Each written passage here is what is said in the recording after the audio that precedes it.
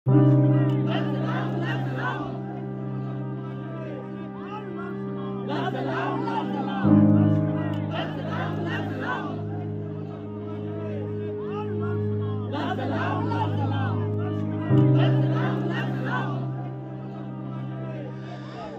তো খালি ব্যক্তিগতভাবে শোকাহত তো বটেই, আমার ধারণা সবাই শোকাহত, মানে দলমত নির্বিশেষে সবাই শোকাহত, সবার কাছে এটা একটা যন্ত্রণার দিন। এবং সত্যি সত্যি বুদ্ধদেব এমন একজন মানুষ যিনি বাংলার ভালো করতে চেয়েছিলেন, বাঙালির ভালো করতে চেয়েছিলেন। আমাদের দলের সমর্থক ননও যে মানুষ, সেই মানুষও আমার ধারণা একই রকমভাবে তিনিও আজকে ব্যথিত। মুখ্যমন্ত্রী একটু আগেই এলেন, মানে উনি মানে যখন বুদ্ধবাবু অসুস্থ ছিলেন তখনও দেখা করে গেছেন, আজকে ওনার মারা যাওয়ার খবর পেয়ে এসছেন, তো ঠিক আছে, এটাই স্বাভাবিক সৌজন্য, এটাই হওয়া উচিত। ওনার কাছে আমরা অবশ্যই কৃতজ্ঞ, কিন্তু এটাই স্বাভাবিক, এটাই হওয়া উচিত।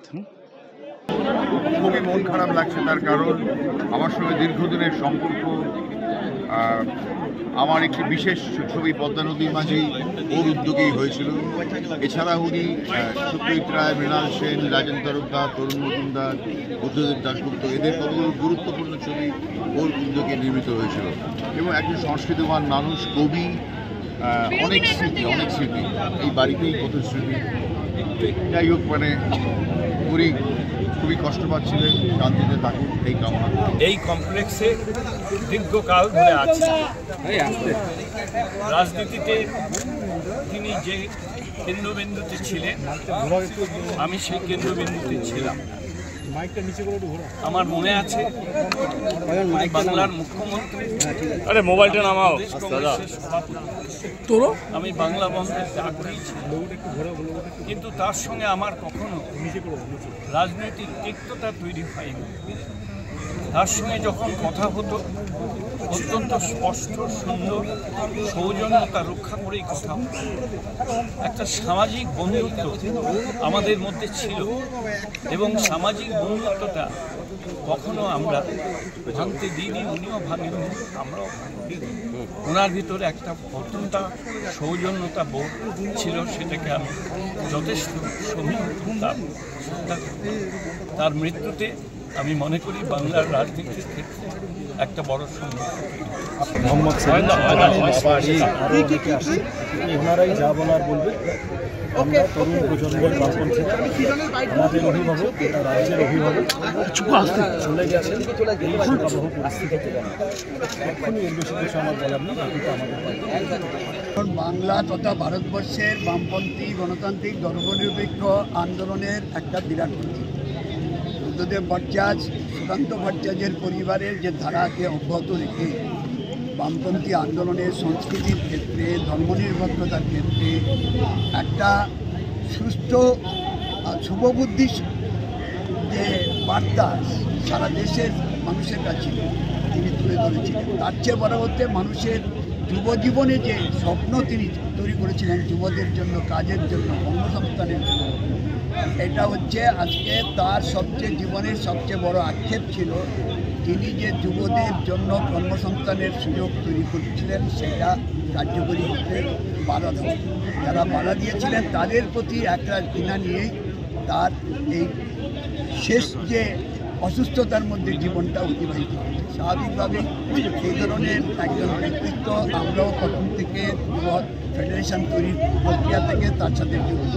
পার্টি গণতান্ত্রিক আন্দোলনের সাথে এটা ব্যক্তিত্ব ঘটনায় সামগ্রিকভাবে বামপন্থী আন্দোলন, ধর্মপ্রিয় সবাই এই সকালের এই দুঃসংবাদ ছড়িয়ে পড়ার সাথে সাথে সমস্ত স্তরের মানুষ তারা খবর নিচ্ছেন। যারা নানাভাবে তার একসময় সমালোচনা করেছেন, তারাও মনে করেন, তারা এখন তুলনা করছেন যে 2006 সালের 6ই নভেম্বর থেকে 2011 সাল পর্যন্ত যিনি 10.5 বছর মুখ্যমন্ত্রী, এর আগে জ্যোতি বসু 23.5 বছর মুখ্যমন্ত্রী, 8,541 দিন, তাদের ভূমিকা আর এখনকার ভূমিকা, সব তুলনা মানুষ করছেন। আমরা এখন করছি না, আমরা করছি বুদ্ধদেব ভট্টাচার্য, তার দেহ এখন সাহিত্য আছে বাড়িতে, কিছুক্ষণ পরে যাবে ডিপ ফ্রিজে।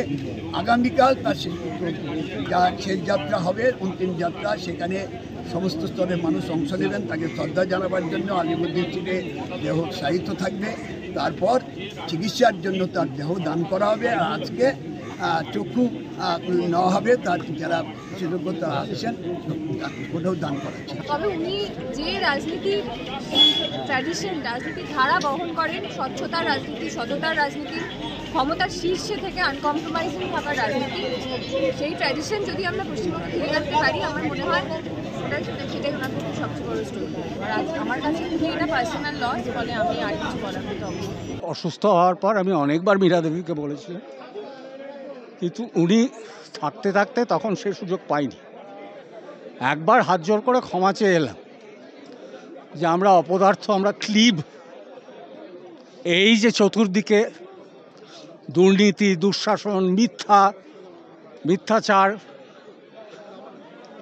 হক্কিবাজি, তোলাবাজি, করাপশন, এই সবগুলো আমাদের পাওনা ছিল। কারণ আপনাকে আমরা ফেল করেছি, আমি লিখেছি Facebook, we have failed you. সুতরাং ক্ষমা চাইতে এসেছি, কিন্তু আপামর বাঙালির হয়ে না, কারণ আমি নিজেকে আর বাঙালি মনে করতে চাই না। এই যে বাঙালির যদি ছিঁড়ি হয়, তাহলে আমি আমার মতো করে আরও কয়েকজনের মনে হচ্ছে। এবং আর যেন এই নন্দনে যেটা ওর তৈরি প্রাণের নন্দন, সেইটাকে তো একটা সিনেমা হল বানিয়ে দিয়েছে, উজ্জ্বলা পুরবী ছবিঘরের মতো। তাতে যেন ওকে ওখানে আর বোধহয় না বলেছেন বিরাটভাই, ঠিকই বলেছেন। তারপর ওই যে গান স্যালুট যদি হয়, আমাদের অনেকের বুকে সেই শব্দ, গুলির শব্দ এসে এসে লাগবে। কারণ যারা সুজন তারা সৌজন্য প্রকাশ করতে পারে, যারা দুর্জন বা কুজন তাদের কাছে সৌজন্য নেওয়াটা, গ্রহণ করাটা তাদের কাছ থেকে সেটাও অন্যায়। তো আমাকে মীরা দেবী বললেন যে আমার একদম ইচ্ছে নেই। এখন দেখা যাক ওর কথাটা কতটা মান্য দেয়। আমি তো ওদের পরিবারেরও কেউ না, আর আমি পার্টিরও কেউ না। তো আমি পার্টির অল্পবাসী যারা তাদের বললাম, দেখো উনিও চাইছেন না, তোমাদের এইটুকু দেখাও সরকার যে না আমরা দেবো না, এটা করতে দেখা যাক। ওরা পার্টির থেকে পার্টিতে কথা বলে জানাবে। রবীন্দ্র বললো আমি পার্টিতে কথা বলে, এখন তো যাচ্ছে পিস ওয়ার্ল্ডে, পিস ওয়ার্ল্ডে রাখার পরে কি সিদ্ধান্ত হবে ওরা পার্টি অফিসে সবাই আসবে, ওদের নেতৃত্ব আলোচনা করে তারপর জানাবে।